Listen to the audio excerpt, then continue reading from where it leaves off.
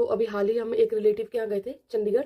तो वहाँ पे उनके एक छोटी बच्ची थी जो 4 साल की रही होगी, 3.5-4 साल की रही होगी।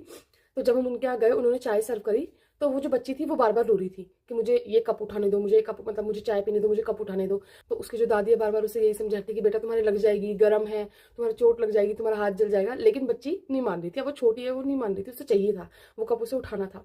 मैंने भी 1-2 बार बोला बेटा मत करो मत करो, लेकिन वो नहीं मानी। थोड़ी देर बाद जब उस बच्चे की मम्मी आई, तो वो अपनी मम्मी के आगे भी वैसे ही करने लगी, मम्मी से चिपक गई कि मुझे ये कप उठा के दो, मुझे कप उठा के दो।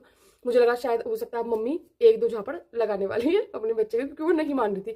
और जब मेहमान आते हैं ना, बच्चे ऐसे ही करते हैं, बहुत ज्यादा, मतलब ऐसे जिद पकड़ लेंगे किसी किसी चीज की, मानते ही नहीं है। तो मुझे लगा कि शायद अब एक लगने वाला है, लेकिन उसकी मम्मी ने जो किया वो बहुत, मतलब मेरे दिमाग को बहुत चेंज करने वाला था।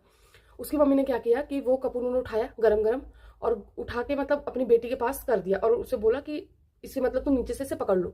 अब जैसे ही बच्ची ने उसे पकड़ा, और उसकी मम्मी ने भी पकड़े रखा, जैसे ही बच्ची ने उसे पकड़ा, वो गर्म था, उसने एकदम झटके से हाथ हटाया और वो एकदम रोने लग गई। तो उसकी मम्मी ने बोला कि नहीं नहीं पकड़ो बेटा पकड़ो। तो उसने बोला कि नहीं नहीं नहीं पकड़ना है, नहीं पकड़ना है। तो उसकी मम्मी ने रख दिया। फिर उसकी मम्मी ने बोला कि अब पकड़ोगी तुम गर्म कप, अब उठाओगी तुम गर्म कप को? तो उसने बोला कि नहीं नहीं अब नहीं उठाऊंगी। तो ये ना एक माँ ही कर सकती है। ये तो एक छोटा सा उदाहरण है जो मैंने देखा। लेकिन आप देखेंगे हम अपने जो सामान्य जो हमारा जीवन है ना, जहां पर बच्चों को इसलिए हम पीछे कर लेते हैं कि कहीं हमारे बच्चों को लग ना जाए, कहीं उसको कोई चोट ना पहुंच जाए, और हम उसको आगे बढ़ने ही नहीं देते इस डर से।